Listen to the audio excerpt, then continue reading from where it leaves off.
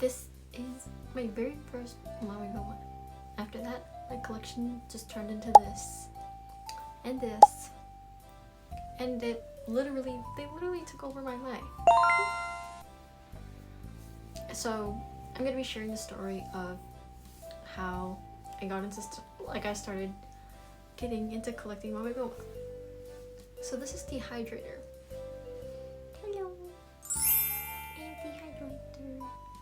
And I got him from round 1 in January of 2024, and his birthday is I think on January 11th. So he's 2 years old, and ever since that day my collection has just exploded, but for a multitude of reasons.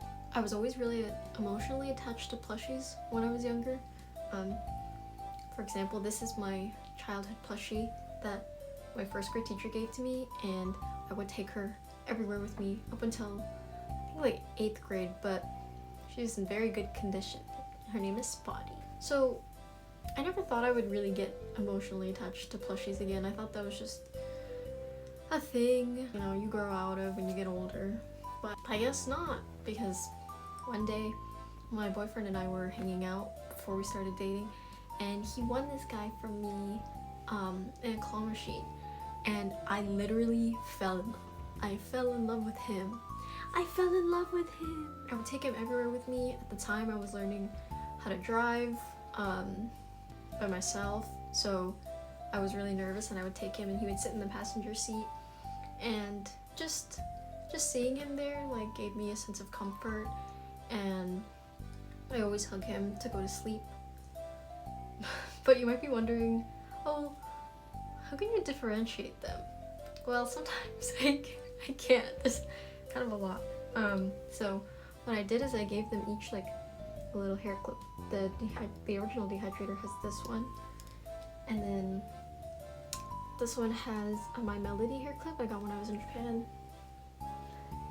This one has a hair clip that my friend got for me, and then this one has a Nagano bear hair clip that my boyfriend got when he was in Japan. I mean, Korea, what the heck. So that's how I differentiate between the OG dehydrator and all my other ones. I unintentionally turned having a mamegoma collection into a lifestyle. I think if you ask literally anybody in my life, they would probably tell you the same thing. It's literally a lifestyle now. Like it's pretty crazy. I have a lot of them, and something about seeing like their little faces makes me so happy, and I really love all of them. My purse, I do have one. This is one of my holy grails that I've been looking for a long time. It's this guy right here, and I found him on Mercari for like super cheap, because the resale value on a lot of the older mamegoma plushies are extremely expensive. And this is a little keychain that my friend's girlfriend made for me. Isn't it cute? It's double-sided. It's so adorable. She made it for me for my birthday, so I love it so much. And so I just like, I try my hardest to incorporate mamegoma into literally every aspect of my life.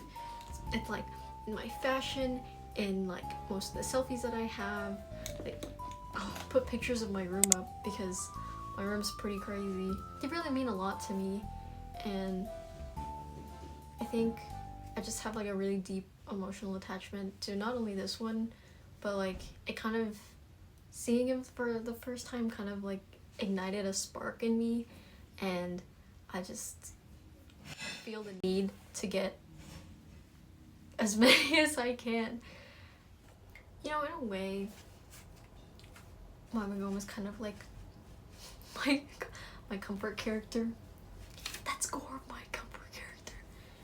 And I think that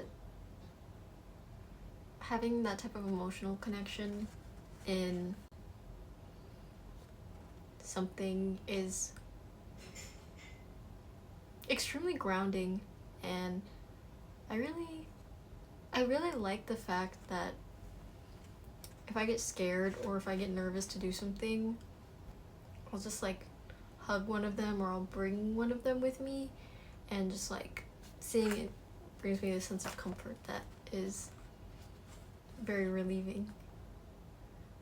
I don't know where I was going with this video, but I do love them a lot. I think it's funny because they kind of changed my life. It gave me like a goal to work towards, you know? And sometimes having a goal like that is really nice.